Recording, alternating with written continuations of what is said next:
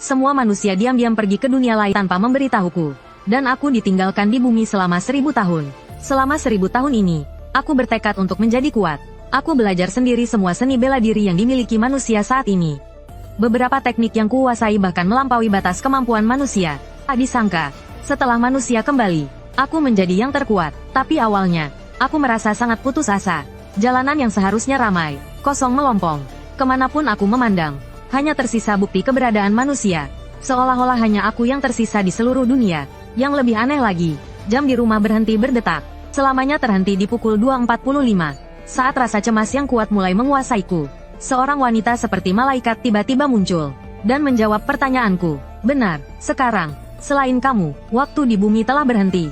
Gadis yang mirip malaikat itu berbicara sendiri. Aku datang mencarimu, untuk memberitahumu bahwa kamu telah tertinggal. Semua manusia telah pergi ke dunia dimensi lain. Hanya kamu yang masih di bumi.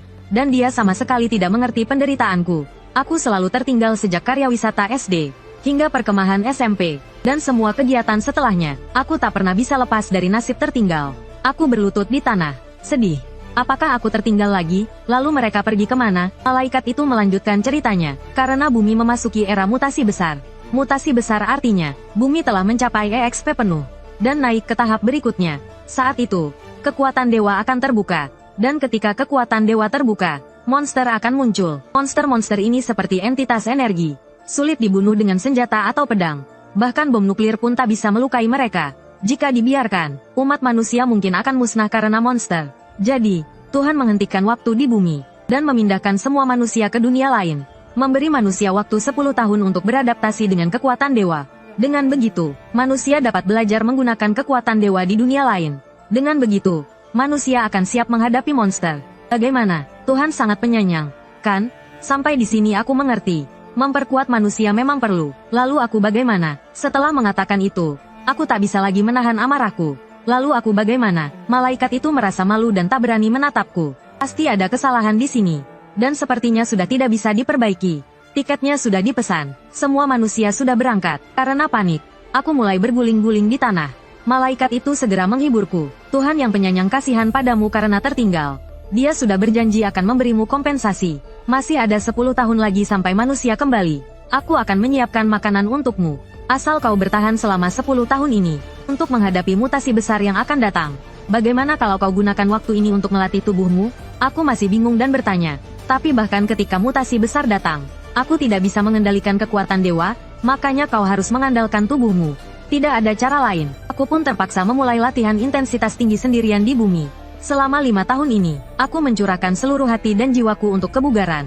Karena saat manusia lain berlatih mengendalikan kekuatan dewa, yang bisa kulakukan hanyalah melatih tubuh. Rita penasaran denganku. Kau tidak bosan? Bagaimana kau bisa melakukan hal yang sama setiap hari selama 5 tahun? Sedangkan aku menganggap ini adalah sesuatu yang harus kulakukan. Latihan tanpa henti selama 5 tahun ini juga memberiku banyak otot. Malaikat Rita adalah satu-satunya teman ngobrolku. Dia menyiapkan 3 kali makanku setiap hari. Masakan Rita bahkan lebih enak daripada masakan ibuku. Dan aku juga tidak perlu mencuci piring sendiri. Semuanya otomatis. Setelah latihan kebugaran, aku ingin belajar seni bela diri atau cara menggunakan senjata. Sistem listrik dan internet masih berfungsi normal. Jadi mudah untuk mencari informasi online. Jadi selama 5 tahun tersisa, aku mulai berlatih seni bela diri. Selama 4 tahun penuh, aku sudah mahir memainkan pedang, tombak, dan tongkat. Rita juga menyaksikan 9 tahunku. Selama 9 tahun ini, orang ini tidak pernah bermalas-malasan sehari pun. Saat itu Rita menyarankan untuk bertanding denganku. Berlatih dengan seseorang seharusnya membuatku berkembang lebih cepat. Tentu saja aku tidak akan melewatkan kesempatan sebaik ini. Dengan tinju berisi 9 tahun kemarahan, aku menyerang Rita. Hasilnya, Rita mengirimku terbang sejajar dengan matahari dengan satu pukulan. Saat itu aku baru tahu, Rita ternyata adalah malaikat yang terlahir untuk bertarung. Jadi aku dihajar habis-habisan oleh Rita selama 1 tahun lagi. Waktu berlalu dengan cepat. 10 tahun yang memuaskan ini berlalu begitu cepat. Akhirnya aku bisa kembali ke kehidupan normal. Tapi sebagai gantinya, aku dan Rita juga harus berpisah. Aku mulai menunggu dengan tenang kembalinya umat manusia. Rita juga telah menyelesaikan misinya dan bersiap untuk terbang. Hasilnya, setelah menunggu 2,5 jam, umat manusia belum kembali. Rita juga kebingungan. Dengan marah aku meminta Rita untuk menjelaskannya. Rita mengatakan bahwa mungkin ada pergeseran poros dunia. Dan itu berarti, aku, orang yang bernasib sial ini, harus menunggu 10 atau 20 tahun lagi. Tapi aku tidak putus asa. Aku memutuskan untuk menunggu kembalinya umat manusia, berapa lama pun waktu yang dibutuhkan. Tapi waktu berlalu 10 tahun, 20 tahun, bahkan 50 tahun, umat manusia belum kembali. Aku juga menjadi lebih kuat. Rita menghampiriku sambil bertepuk tangan. Kau menjadi sangat kuat, dan aku terlihat sedih. Setelah 50 tahun, aku sudah tidak menghitung waktu lagi. Aku bahkan sudah lupa wajah ibuku. Rita berkata maaf dengan penuh penyesalan. Dan aku berkata, setelah sekian lama, aku sudah bosan berlatih bela diri. Lita segera mengejarku. Dia menyemangatiku untuk tidak putus asa. Lita terlihat khawatir. Apakah setelah sekian lama, dia juga putus asa? Aku bilang tidak. Aku memutuskan untuk belajar sambil berlatih bela diri untuk memperkaya diri. Kekhawatiran Lita akhirnya mereda. Sejak saat itu, aku mulai membaca buku. Awalnya novel modern, lalu buku-buku tentang bisnis, kemudian buku pengetahuan umum, fisika, sejarah, geografi, kimia, seni. Setelah membaca semua buku di perpustakaan, aku mulai belajar bahasa asing, dan memulai perjalanan keliling dunia, mulai dari negara H, lalu ke negara K, negara D, dan seterusnya. Di sepanjang perjalanan, aku belajar banyak bahasa, dan membaca semua buku di dunia. Selama waktu ini, saat mengobrol dengan malaikat Lita, aku selalu bersikap optimis. Lita selalu mengkhawatirkanku, takut aku akan mencapai batas kemampuanku. Dia bahkan diam-diam berdoa kepada Tuhan, agar sebelum aku mencapai batas, semua manusia dikembalikan. Setelah membaca buku terakhir di dunia, aku mulai belajar tentang pemotongan hewan, dan bagaimana menjadi pandai besi. Selama ini, 274 tahun telah berlalu. Lalu entah berapa lama lagi berlalu, aku menyelesaikan pelajaran terakhir pemotongan hewan, memotong paus sperma. Lita sangat mencela hal ini. Setelah itu aku menyadari, yang paling sulit dipelajari adalah menjadi pandai besi. Aku menempa siang dan malam, selama 5 tahun penuh, melalui kegagalan dan percobaan terus-menerus. Gagal lalu mencoba lagi. Akhirnya aku berhasil membuat pedang pertamaku. Tapi aku merasa masih kurang sempurna. Namun, pedang itu langsung direbut oleh Lita. Dia mengejek, pedang ini bahkan tidak bisa memotong lobak, kan? Tapi ketika aku ingin mengambilnya kembali, dia bilang ingin menyimpannya sebagai kenang-kenangan. Dengan cengengesan, dia bilang, aku akan berdoa kepada Tuhan. Bahkan jika dunia diatur ulang, aku tidak akan membiarkannya hilang. Aku tidak bisa berbuat apa-apa selain membiarkannya. Setelah itu, mulai dari pedang pendek, pedang panjang, tombak, tombak panjang, kapak, palu, dan sebagainya, aku membuat semua jenis senjata di dunia, dan memiliki gudang senjata sendiri. 50 tahun kemudian, aku masih belum puas dengan karyaku. Aku membuatnya berulang-ulang, berharap suatu hari nanti bisa membuat senjata dewa yang kudambakan. Begitulah, setelah menempa selama 100 tahun lagi, akhirnya aku berhasil membuat tombak yang sempurna. Bahkan Rita memuji hasil karyaku. Katanya, ini senjata baja paling sempurna yang pernah ia lihat. Tapi setelah kekuatan dewa dilepaskan, banyak material baru akan muncul. Akan ada banyak zat yang lebih keras dari baja. Nanti aku akan membuatnya lagi dengan material baru. Rita menatap punggungku dengan tatapan kagum. Dia benar-benar orang yang pantang menyerah. Sangat mengagumkan. Setelah aku mahir dalam teknik pemotongan dan penempaan, aku mulai mendalami seni bela diri lagi. Aku berlatih tanpa tahu kapan akan berakhir. Rita terkejut melihatku berlatih tanpa henti. Bahkan aku berhasil menyelesaikan evolusi yang biasanya membutuhkan puluhan generasi manusia sendirian. Tapi kemudian tatapan Rita menjadi sedih. Tapi dia sudah tertinggal selama ribuan tahun. Manusia suatu hari nanti akan mencapai batasnya. Apa yang harus dilakukan saat itu tiba? Aku berharap bisa memberinya pengalaman baru. Memikirkan hal itu, Rita tampak sedikit gugup. Satu-satunya hal yang belum ia alami. Sekarang tinggal. Rita tidak berani melanjutkan pikirannya. Ia memukuli bonekanya dengan keras. Aku ini malaikat. Bagaimana bisa aku punya pikiran konyol seperti itu? Tapi kemudian Rita kembali merasa bimbang. Tapi tugasku adalah membantunya. Aku melakukan ini untuk menjalankan perintah Tuhan. Ini bukan keinginan pribadiku. Akhirnya Rita memutuskan, jika dia ingin melakukannya, aku tidak akan menolak. Sementara itu, aku sedikit bingung. Dari tadi dia melompat-lompat seperti monyet. Aku pun bertanya apa yang sedang Rita lakukan. Saat itu, Rita terbang turun dan membungkuk. Ia memikirkan bagaimana cara membicarakan hal ini denganku. Tapi wajahnya semakin mendekat ke wajahku. Dan saat itu juga, aku melihat pedang di pinggang Rita mulai bergetar hebat. Bahkan Rita sendiri tidak tahu apa yang terjadi. Pedang itu tiba-tiba terlepas dari pinggangnya, dan terbang langsung ke langit. Rita tampak panik, dan mengejar pedangnya tanpa ragu. Saat aku mengkhawatirkan Rita, aku menyadari pakaianku berubah menjadi pakaian yang kupakai saat waktu berhenti. Beberapa benda yang kuciptakan saat waktu berhenti juga mulai menghilang. Bumi kembali ke keadaan seperti hari saat waktu berhenti. Di langit, Rita memegang erat pedangnya, dan berdoa agar Tuhan tidak mengambil pedangnya.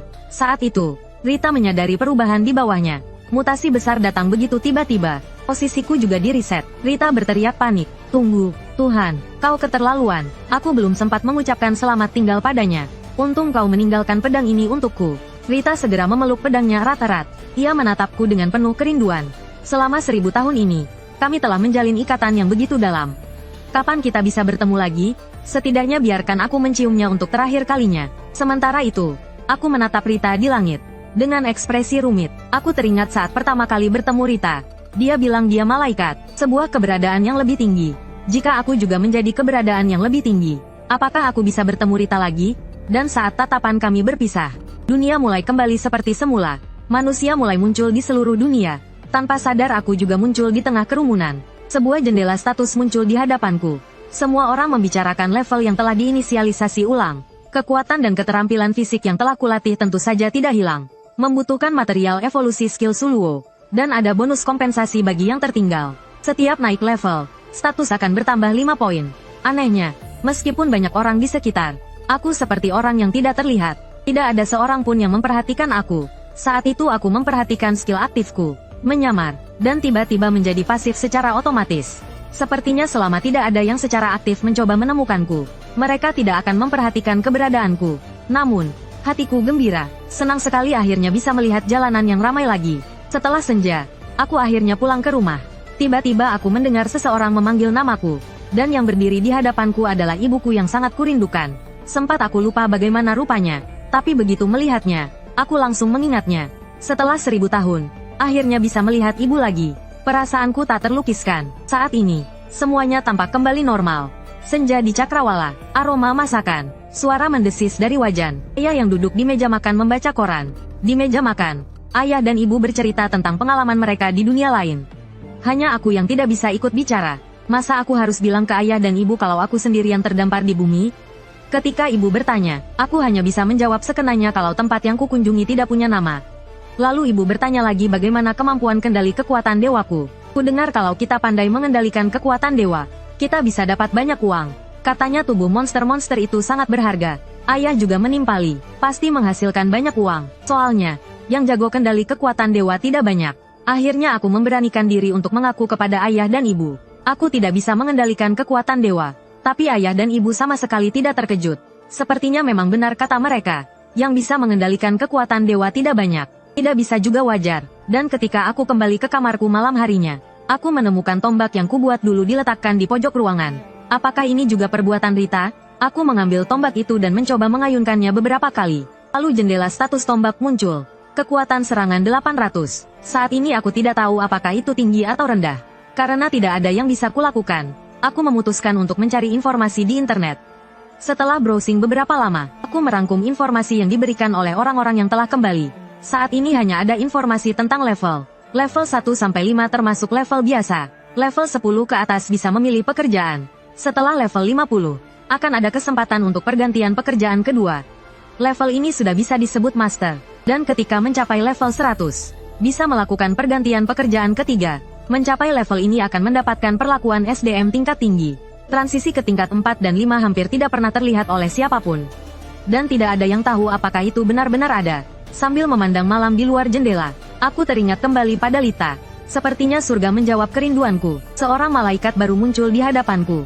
Namanya Elta. Dia bilang dia datang untuk membantuku mempelajari kekuatan suci. Tapi sepertinya malaikat ini sangat tidak puas denganku. Ternyata, setelah Lita kembali ke surga, dia dengan keras meminta bantuan untukku, yang tertinggal. Dia juga memohon kepada Tuhan, mengatakan bahwa aku bahkan tidak memiliki kesempatan untuk mempelajari kekuatan suci. Lemah, menyedihkan, dan tak berdaya.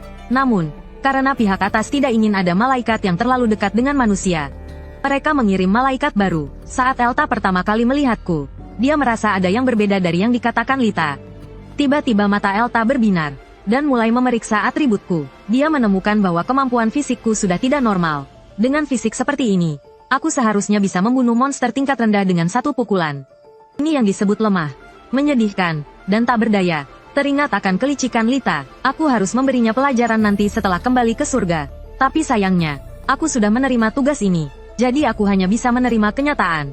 Kemudian Elta terbang ke hadapanku dan berkata, aku akan membantumu menguasai kekuatan suci. Aku agak bingung bagaimana malaikat kecil ini akan membantuku. Elta langsung berjalan ke atas kepalaku dan duduk di sana. Dia bilang dia adalah makhluk tingkat tinggi, dan hanya dengan berada di dekatku, pemahamanku tentang kekuatan suci, kontrol, dan kecepatan penggunaannya akan meningkat lebih dari 10 kali lipat. Di bumi yang tanpa kekuatan suci ini, kau dan Lita tidak akan mendapatkan efek seperti ini meskipun bersama selama ribuan tahun. Tapi sekarang dengan datangnya perubahan besar, Elta mengeluarkan kalkulator dan menghitung. Kukira sekitar 1 tahun sudah cukup. Ini membuatku merasa sangat tidak nyaman. Jadi, kau akan duduk di kepalaku selama 1 tahun? Elta menjelaskan bahwa dia telah menggunakan sihir, sehingga makhluk tingkat rendah lainnya tidak dapat melihatnya. Aku masih merasa sulit untuk menerimanya. Tidak memiliki privasi bukanlah masalah utama. Yang utama adalah ini menyia-nyiakan 2,5 terabita harta karunku di harddisk. Elta sepertinya tahu apa yang kupikirkan, dan berkata dengan nada jijik, "Aku tidak peduli apa yang kau lakukan, makhluk rendahan.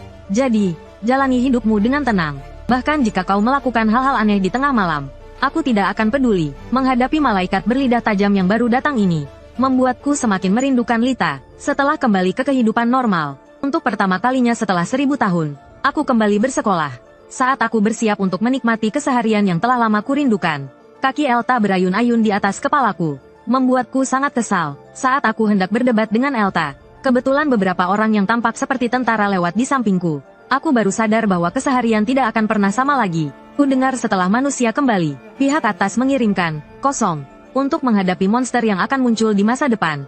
Dan di sekolah, topik pembicaraan teman-teman sekelasku telah berubah menjadi tentang apa yang mereka lihat dan alami di dunia lain. Kemampuan pasifku untuk menghilang berhasil membuatku menjadi orang yang tak terlihat. Aku hanya bisa menghibur diri sendiri bahwa ini cara terbaik untuk mengumpulkan informasi. Saat itu aku baru saja mengambil pulpen. Aku mendengar teman-teman sekelasku membicarakan seseorang yang disebut Permaisuri. Sepertinya Permaisuri itu sangat hebat di dunia lain. Dan kebetulan dia bersekolah di sini. Mereka juga membicarakan tentang istilah baru, Dunggeon. Aku pun bertanya pada Elta, apa itu Dunggeon? Elta menjelaskan bahwa Dunggeon adalah jebakan yang dibuat para dewa untuk monster.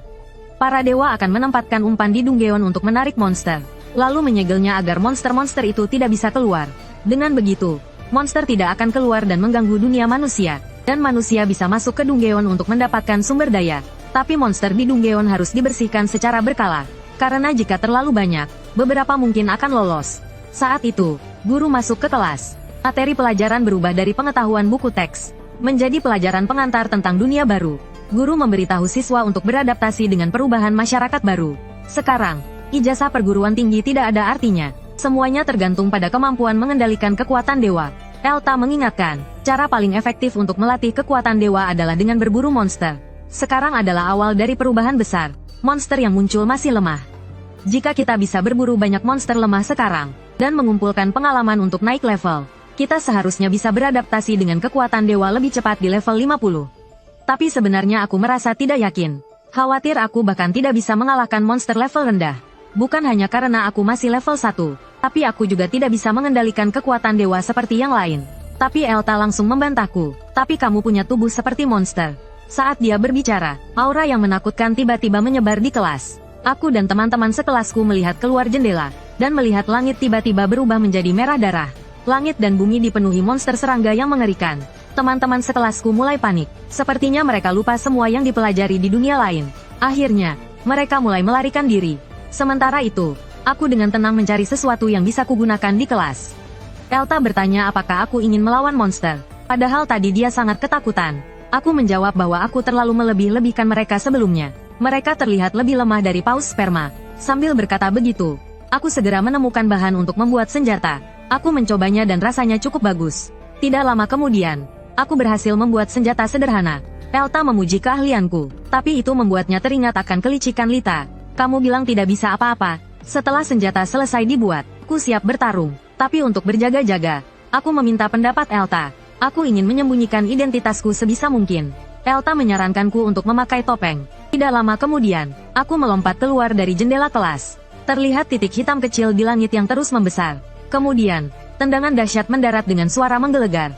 Levelku naik 2 tingkat, dan aku mendapatkan berbagai informasi tentang monster belalang sembah. Bisa berevolusi ke tahap berikutnya. Kebiasaan dan kelemahan monster itu tergambar jelas di pikiranku. Dan meskipun aku tidak memiliki kekuatan sihir, aku merasakan kekuatan sihir yang lemah di tubuhku. Saat aku memeriksa hasil pertarungan, lebih banyak monster mengelilingiku. Dulu, saat sendirian di bumi, Aku hanya berburu hewan satu persatu. Aku belum belajar cara bertarung dalam kelompok. Meskipun begitu, tangannya tak berhenti bergerak. Dalam waktu singkat, levelku naik ke level 4. Alta memperingatkanku untuk tidak lengah. Karena sekelompok monster terbang lagi di atas. Aku langsung melesat. Dengan lompatan yang kuat, aku membelah salah satu monster di udara menjadi 2. Namun, aku tidak memperhatikan apa yang ada di belakangku. Kehilangan keseimbangan. Aku menjadi mangsa monster itu. Monster itu mengarahkan paruhnya, dan menusuknya dengan keras ke dadaku. Tubuhku menghantam tanah, menciptakan lubang besar. Tapi aku tidak terluka sedikit pun. Paruh monster itu malah patah karena benturan. Alta tercengang sampai melongo. Tubuh yang terlatih sempurna, karena kulitnya sangat keras. Bahkan paruh nyamuk pun tidak bisa menembusnya. Tubuh orang ini telah melampaui batas manusia. Saat Alta masih terkagum-kagum, aku membunuh beberapa monster lagi. Dan levelku terus meningkat. Saat aku menghabisi monster belalang sembah terakhir, Alta dengan panik memperingatkanku. Bala bantuan monster telah tiba. Ketika aku melihat ke atas lagi, aku mendapati diriku dikelilingi oleh berbagai macam monster serangga. Pemandangan ini membuatku merasa jijik. Aku yang benci serangga, bersiap untuk menjadi pembasmi serangga. Berubah menjadi semprotan pembasmi serangga manusia. Membunuh banyak serangga dalam sekejap. Saat itu, aku merasa seperti ada kilatan petir di dekatku. Tiba-tiba, sebuah petir besar menyambar dari langit, membersihkan area yang luas. Aku melihat ke arah kilat dengan bingung. Ternyata itu adalah seorang gadis bertopeng sepertiku. Petir masih berderak di tangannya. Saat aku masih terpana dengan pemandangan ini, Alta cepat-cepat mengingatkanku untuk tidak melamun. Bunuh monsternya, jadi aku kembali bertempur. Begitu juga, gadis di sisi lain juga membunuh monster dengan kekuatan dewanya. Alta penasaran. Kekuatan dewa manusia itu seperti tak ada habisnya. Aku menjelaskan bahwa dia mungkin sama sepertiku. Terus naik level. Karena setiap kali aku naik level, staminaku pulih sedikit. Kekuatan dewanya mungkin juga begitu, kan? Sambil berbicara, aku menghabisi monster terakhir. Orang-orang yang bersembunyi di dalam rumah menyaksikan semuanya. Aku baru saja menghela nafas lega. Ketika pasukan lainnya terlambat tiba, mereka tercengang melihat apa yang ada di depan mereka. Ya Tuhan, ku dengar ratusan monster serangga menyerbu tempat ini barusan. Apa yang sebenarnya terjadi? Aku dengan santai menggeledah tubuh monster-monster itu. Alta berkata di sampingku, kau pernah belajar menjagal, kan? Memproses tubuh monster bisa mendapatkan batu ajaib. Oh, ya, aku mulai memproses tubuh monster sesuai petunjuk Alta. Akhirnya aku berhasil mengeluarkan batu ajaib pertama. Para prajurit di sampingku menatapku dengan takjub. Ketika aku tersadar, aku mendapati diriku dikelilingi oleh kerumunan orang. Mereka memfotoku dengan menggila. Ini pertama kalinya dalam hidupku diperhatikan oleh begitu banyak orang. Ini membuatku sedikit gugup. Saat itu, gadis tadi datang menghampiriku. Dia memintaku untuk membantunya memproses tubuh monster-monster itu. Setelah mempertimbangkan pro dan kontra, aku bertanya pada gadis itu berapa banyak yang bisa dia berikan padaku. Gadis itu mengulurkan jarinya dan berkata, 30%, tidak, 40%. Mendengar jawabannya, aku langsung setuju. Sambil bersenandung kecil, aku mulai memotong tubuh monster itu. Orang-orang di sekitar mulai berbisik-bisik. Dia permaisuri, kan? Dia benar-benar hebat. Bagaimana dia bisa menggunakan kekuatan dewa dengan begitu baik hanya dalam satu hari? Jika mendekatinya, kita akan tersambar petir. Aku mendengar bisik-bisik orang-orang di sekitar. Jadi orang ini adalah permaisuri yang legendaris itu. Memang hebat. Lalu aku samar-samar mendengar orang-orang membicarakan aku. Mereka bilang tanganku bisa menembakkan laser. Dan aku menusuk tubuh monster itu dengan pedang cahaya. Alta menjelaskan, lihat, keterampilan menghilangmu benar-benar luar biasa, kan? Bahkan jika kamu memakai topeng dan berbuat sesukamu, tidak ada yang akan mengingatmu dengan jelas. Keberadaan yang samar ini membuatku terpukul. Aku hanya bisa melampiaskan kemarahanku dengan memotong monster. Tak lama kemudian, permaisuri mendapatkan bagian batu sihirnya. Setelah semua selesai, aku bersiap untuk pergi. Tiba-tiba seorang tentara menghentikanku dan mengatakan ada yang ingin ditanyakan padaku. Dia memintaku untuk bekerja sama. Namun, sedetik kemudian, tentara itu tersengat listrik hingga hangus. Permaisuri yang membantuku. Tindakan permaisuri ini seketika memicu sorak-sorai fanatik dari orang-orang di sekitar. Memanfaatkan situasi yang kacau, aku segera kabur sambil membawa sekantong besar rampasan perang. Alta bilang aku tidak perlu khawatir. Aku masih bingung kenapa dia mengatakan itu. Saat menoleh ke belakang, aku menyadari orang-orang di sekitar tidak bisa melihatku lagi. Aku melambaikan tangan, memberi tanda aku di sini. Tapi orang-orang di sekitar tampak iri. Sepertinya dia pergi begitu cepat hingga tak terlihat oleh mata kita. Benarkah? Dia benar-benar hebat. Seperti Bolt. Aku merasa sangat sedih dengan pujian seperti itu. Apakah aku ditakdirkan untuk hidup sebagai orang yang terpinggirkan? Saat larut malam, aku diam-diam menyelinap keluar rumah. Bahan-bahan yang kudapatkan dari memotong monster pagi tadi tergeletak di tanah. Aku berencana membuat baju zirah dengan bahan-bahan ini. Alta berdeham, dan bertanya apakah aku tahu tentang seni kekuatan dewa. Tentu saja aku tidak tahu, karena aku belum pernah ke dunia lain. Tapi aku sangat menantikannya, karena dari namanya saja kedengarannya sangat hebat.